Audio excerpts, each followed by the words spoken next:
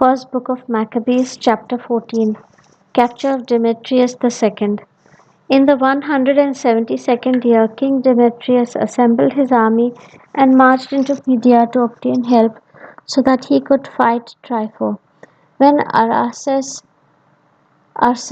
king of Persia and Media, heard that Demetrius had entered his territory, he sent one of his generals to take him alive. The general went forth and attacked the army of Demetrius. He captured him and brought him to Arsaces, who put him under guard. Praise of Simon. The land was at rest all the days of Simon, who sought the good of his nation. His rule delighted his people, and his glory all his days. As his crowning glory, he took Joppa for a port, and made it a gateway to the isles of the sea. He enlarged the borders of his nation and gained control of the country. He took many prisoners of war and made himself master of Gazara, Bethzur, and the citadel. He cleansed the citadel of its impurities. There was no one to withstand him. The people cultivated their land in peace. The land yielded its produce. The trees of the field their fruit. Old men sat in the squares, all talking about the good times, while the young men put on the glorious raiment of war. He supplied the cities with food and equipped them with means of defense, till his glorious name reached the ends of the earth. He brought peace to the land, and Israel was filled with great joy. Everyone sat under his vine and fig tree with no one to disturb them. No attacker was left in the land. The kings in those days were crushed.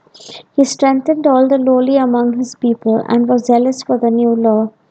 He destroyed the lawless and the wicked. The sanctuary he made splendid and multiplied its furnishings. Alliance with Rome and Sparta. When people in Rome and even in Sparta heard that Jonathan had died, they were deeply grieved. But when they heard that his brother Simon had become high priest in his place and was master of the territory and its cities, they sent him inscribed tablets of bronze to renew with him the friendship and alliance that they had established with his brothers Judas and Jonathan.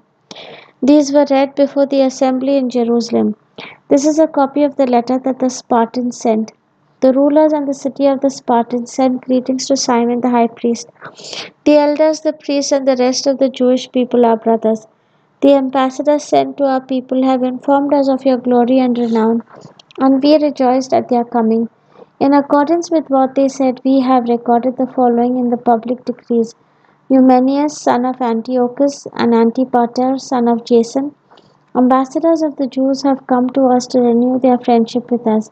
The people had resolved to receive these men with honor and to deposit a copy of their words in the public archives, so that the people of Sparta may have a record of them. A copy of this decree has been made for Simon the high priest. After this, Simon sent Numenius to Rome with a large gold shield weighing 1,000 minas to confirm the alliance with the Romans. Official honors for Simon. When the people heard of these things, they said, "How shall we thank Simon and his sons? He and his brothers and his father's house have stood firm and repulsed Israel's enemies, and so have established its freedom." So they made an inscription on bronze tablets, which they affixed to pillars on Mount Zion. The following is a copy of the inscription. On the 18th day of Elul in the 172nd year, that is the third year under Simon, the great high priest in Asaramel, in a great assembly of priests, people, rulers of the nation, and elders of the region, the following proclamation was made to us.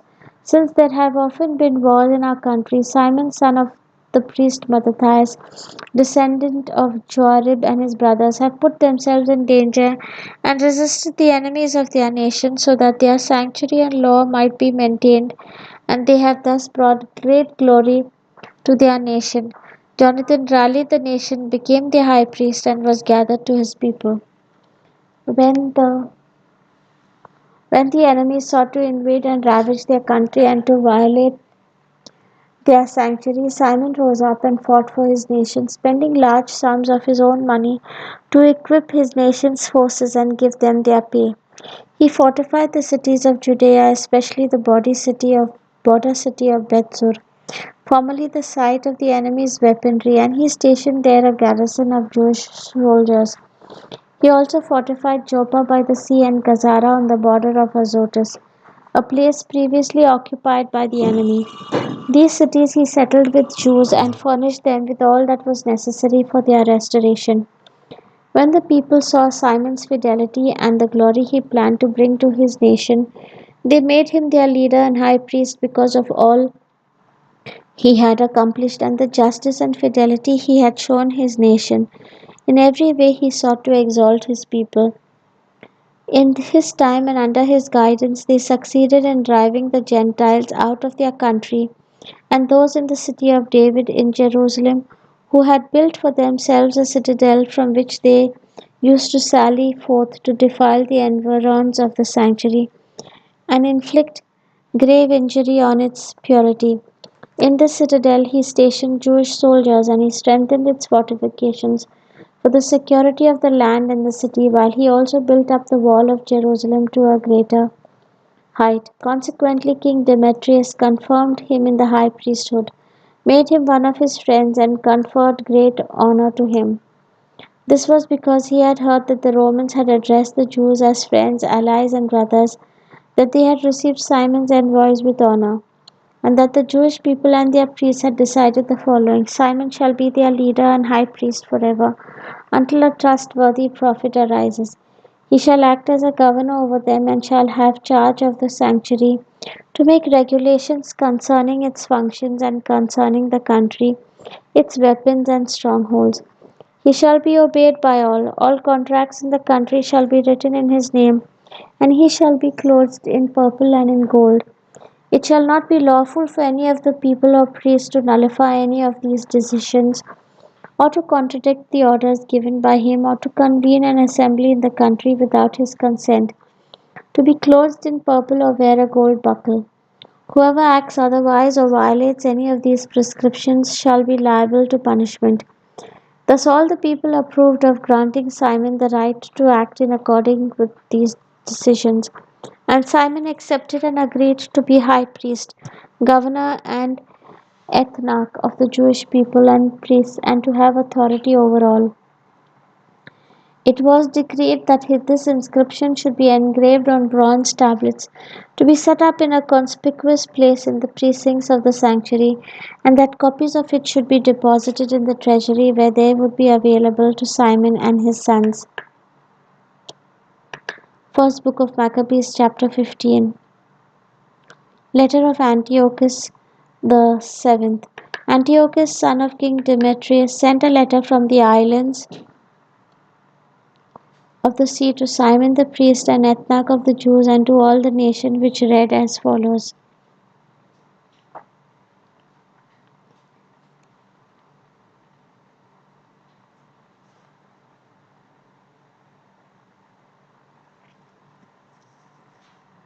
King Antiochus sends greetings to Simon the high priest and ethnarch, and to the Jewish nation. Whereas certain villains have gained control of the kingdom of our ancestors, I intend to make a landing in the country, so that I may take revenge on those who have ruined our country and laid waste many cities in my kingdom. Now therefore I confirm to you all the tax exemptions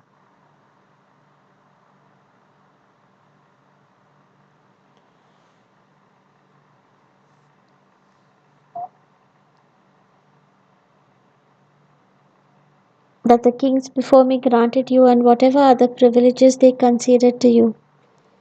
I authorize you to coin your own money as legal tender in your country. Jerusalem and its sanctuary shall be free. All the weapons you have prepared and all the strongholds you have built and now occupy shall remain in your possession. All debts, present or future, due to the royal treasury shall be cancelled for you now and for all time. When we establish our kingdom, we will greatly honor you and your nation and the temple, so that your glory will be manifest in all the earth. In the 174th year, Antiochus invaded the land of his ancestors, and all the troops rallied to him, so that few were left with Trypho. Pursued by Antiochus, Trypho fled to Dor by the sea, realizing what troubles had come upon him now that his soldiers had deserted him. Antiochus encamped before Dor with 120,000 infantry and 8,000 cavalry. While he surrounded the city, his ships closed from the sea, so that he pressed it hard by land and sea and let no one go in or out. Roman alliance renewed. Meanwhile, Numenius and his companions came from Rome with letters containing this message to various kings and countries. Lucius, consul of the Romans, sends greetings to King Ptolemy. Ambassadors of the Jews, our friends and allies, have come to us to renew their earlier friendship and alliance. They had been sent by Simon the high priest and the Jewish people, and they brought with them a gold shield of 1,000 minas.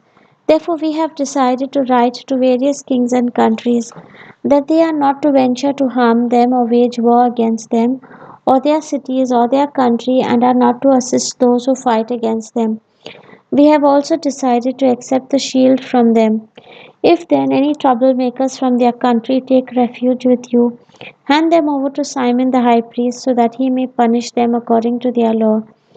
The consul sent identical letters to King Demetrius, Attalos, Ariarthes, and Arsaces, to all the countries: Sampsames, the Spartans, Delos, Mindos, Sicyon, Caria, Samos, Pamphylia, Lycia, Halicarnassus, Rhodes, Phaselis, Kos, Side, Aradus, Cortina, Snidus, Cyprus, and Cyrene.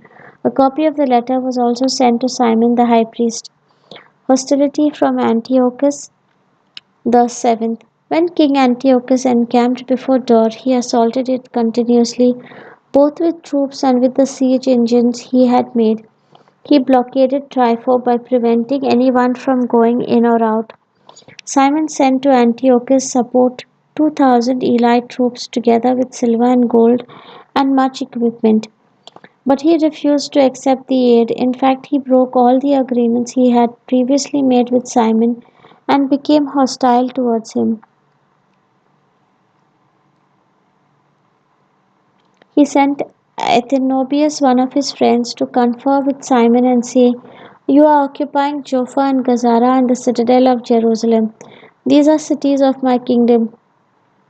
You have laid waste their territories, done great harm to the land, and taken possession of many districts in my kingdom. Now therefore give up the cities you have seized and the tribute money of the districts you control outside the territory of Judea. Or instead pay me 500 talents of silver for the devastation you have caused, and 500 talents more for the tribute money of the cities. If you do not do this, we will come and make war on you." So Athenobius, the king's friend, came to Jerusalem, and on seeing the splendor of Simon's court, the gold and silver plate on the sideboard, and his rich display, he was amazed. When he gave him the king's message, Simon said to him in reply, "It is not foreign land we have taken, nor have we seized the property of others, but only our ancestral heritage, which for a time had been unjustly held by our enemies. Now that we have the opportunity, we are holding on to the heritage of our ancestors. As for Joppa and Gazara, which you demand, those cities were doing great harm to our people and our country. For these we will give you 100 talents." Athenobius made no reply, but returned to the king in anger. When he told him of Simon's words of his splendor and of all he had seen, the king fell into a violent rage. Victory over Sendebius. Trypho had boarded a ship and had escaped to Orthosia. Then the king appointed Sendebius commander-in-chief of the sea-coast, and gave him infantry and cavalry forces. He ordered him to encamp against Judea and to fortify Kedron and strengthen its gates, so that he could wage war on the people. Meanwhile the king went in pursuit of Trypho. When Sendebius came to Jamnia, he began to harass the people and to make incursions into Judea, where he took people captive and massacred them. As the king ordered, he fortified Kedron and stationed cavalry and infantry there so that they could go out and patrol the roads of Judea.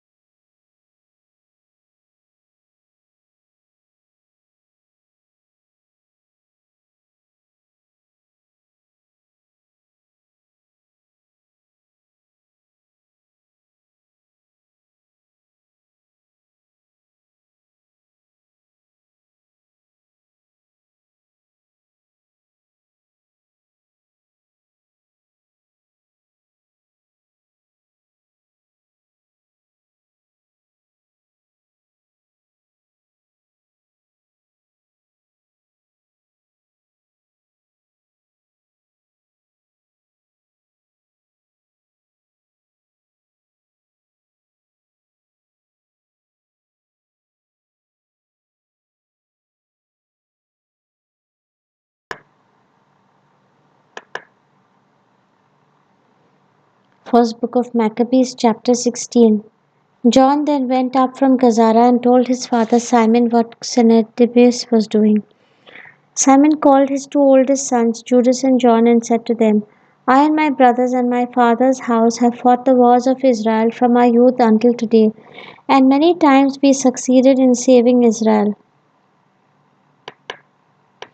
I have now grown old, but you, by the mercy of heaven, have come to maturity. Take my place and my brothers, and go out and fight for our nation, and may the help of heaven be with you. John then mustered in the land 20,000 warriors and cavalry. Setting out against Sandabius, they spent the night at Modian, rose early and marched into the plain. There facing them was an immense army of foot soldiers and cavalry, and between the two armies was a wadi. John and his people took their position against the army. Seeing that his people were afraid to cross the wadi, John crossed first. When his men saw this, they crossed over after him. Then he divided his infantry and put his cavalry in the center, for the enemy's cavalry were very numerous. They blew the trumpets, and Sendabius and his army were routed. Many of them fell wounded, and the rest fled toward the stronghold. It was then that John's brother Judas fell wounded, but John pursued them until Sendabius reached Kedron, which he had fortified. Some took refuge in the towers on the plain of Azotus, but John set fire to these, and about 2,000 of the enemy perished. He then returned to Judea in peace. Murder of Simon and his sons. Ptolemy, son of Abubus, had been appointed governor of the plain of Jericho, and he had much silver and gold, being the son-in-law of the high priest. But his heart became proud, and he was determined to get control of the country. So he made treacherous plans to do away with Simon and his sons. As Simon was inspecting the cities of the country and providing for their needs, he and his son Mattathias and Judas went down to Jericho in the 177th year, in the 11th month, that is, the month of Shebat. The son of Abubus gave them a deceitful welcome in the little stronghold called Dock, which he had built. He served them a sumptuous banquet, but he had his men hidden there. Then, when Simon and his sons were drunk, Ptolemy and his men sprang up, weapons in hand, rushed upon Simon in the banquet hall, and killed him, his two sons, and some of his servants. By this vicious act of treachery, he repaid good with evil. Then Ptolemy wrote a report and sent it to the king, asking him to send troops to help him and to turn over to him their country and its cities. He sent other men to Gazara to do away with John. To the army officers he sent letters, inviting them to come to him so that he might present them with silver, gold, and gifts. He also sent others to seize Jerusalem and the Temple Mount. But someone ran ahead and brought word to John at Gazara that his father and his brothers had perished, and Ptolemy had sent men to kill you also. On hearing this, John was utterly astounded. When the men came to kill him, he seized them and put them to death, for he knew that they sought to kill him. Now the rest of the acts of John, his wars and the brave deeds he performed, his rebuilding of the walls and all his achievements, these are recorded in the chronicle of his high priesthood, from the time that he succeeded his father as high priest. The word of the Lord. Thanks be to God.